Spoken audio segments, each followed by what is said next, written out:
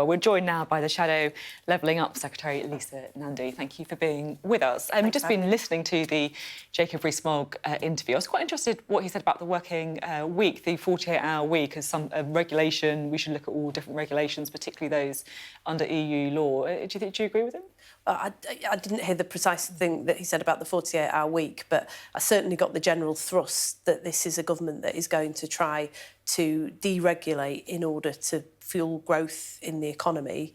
I think the problem for them is that a lot of these ideas have been tried before. We've already had Rishi Sunak, for example, trying to scrap or lower stamp duty during the pandemic. It just pushed up house prices. It didn't help first-time buyers. In fact, there was quite a bit of evidence that it made housing affordability worse. I think the government really does need to think seriously about not just what help they're going to provide, but who pays for that help. That was the big unanswered question from that interview that you just did with the business secretary. Everybody accepts that businesses, families need help this winter. The question is, are we going to tax the profits of people who've done well in the last few years, or are we going to load more and more of that cost onto struggling small businesses and struggling families across the country? As you say, it is an unanswered question still. We are asking it. Jacob Rees-Mogg says, look, we've got to wait till Friday, which I guess is 2 days away, to find out exactly how they do plan to pay from it. What else are you looking forward for on Friday? Well, we've got to have a plan to help people now, and we've got to make sure that the burden falls on those who are most able to bear it. So, as we've put forward plans to raise the digital sales tax, for example, so that the big internet giants pay a bit more. We think that would raise about £2 billion. We could use half of that to help energy-intensive industries who are really struggling right now, and the other half as a fund to raise the threshold for business rates relief so that a lot of small businesses would be taken out of business rates altogether and others would find that they had help with other costs at a time when energy prices are soaring.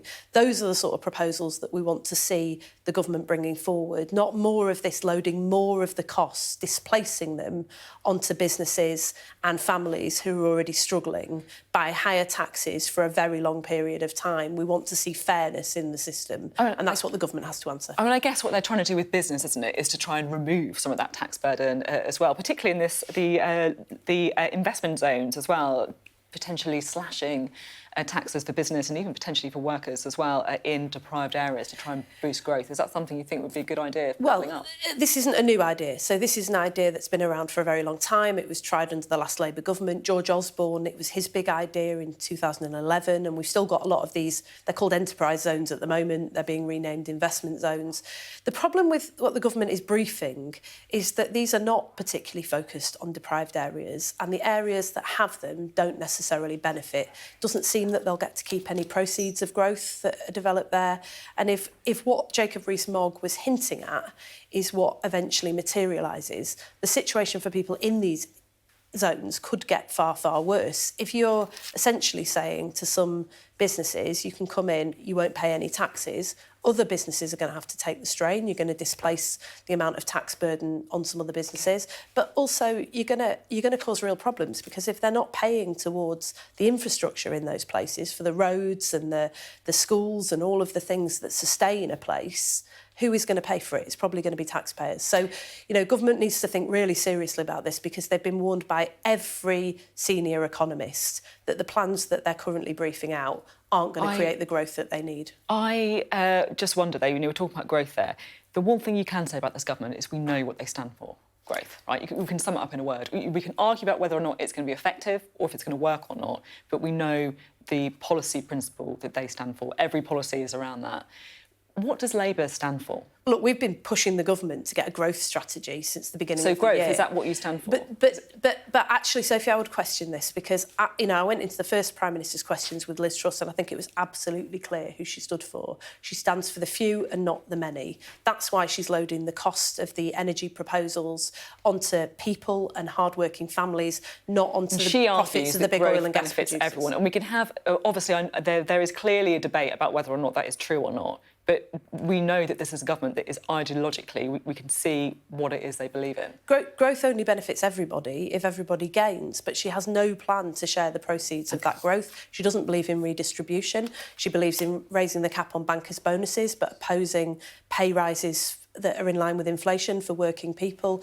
It just doesn't stack up. And in the end, that will be the thing that undoes her, unless she changes course before Friday, and we very much hope she does. I am keen to talk about Ukraine. It's such a big story. Many of our viewers will be really concerned about what Putin's been saying. He's called up 300,000 military reservists. It's the biggest mobilisation since World War I.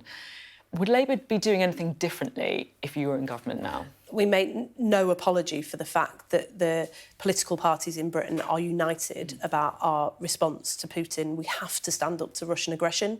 We have to stand very closely with our allies in Europe and the United States and our NATO partners as well, in order to send a very clear and unequivocal message to Putin.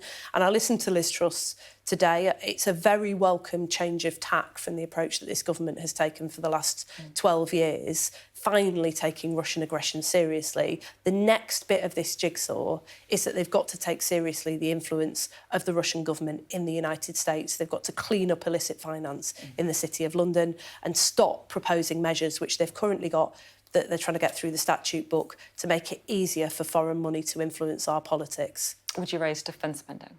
I think it's right to look at defence spending at the moment. You know, I haven't seen the exact details of what they're proposing, but we've always been very supportive of the idea that you need to have a baseline of defence spending, which, you know, until recently there was a consensus around a minimum of 2%. I think that defence is one of those things that people often think is an add-on, but look at what is happening. So would you like it to go to 3% then? I think we've got to make sure that our troops have and our intelligence services have exactly what they need in order to deal with the threats that we face. We've got a lot of states at the moment displaying extremely aggressive behaviour in lots of parts of the world, but to have Russia behaving like this on the edge of our own neighbourhood means that we've got to take this seriously. OK, thank you very much for being on the programme.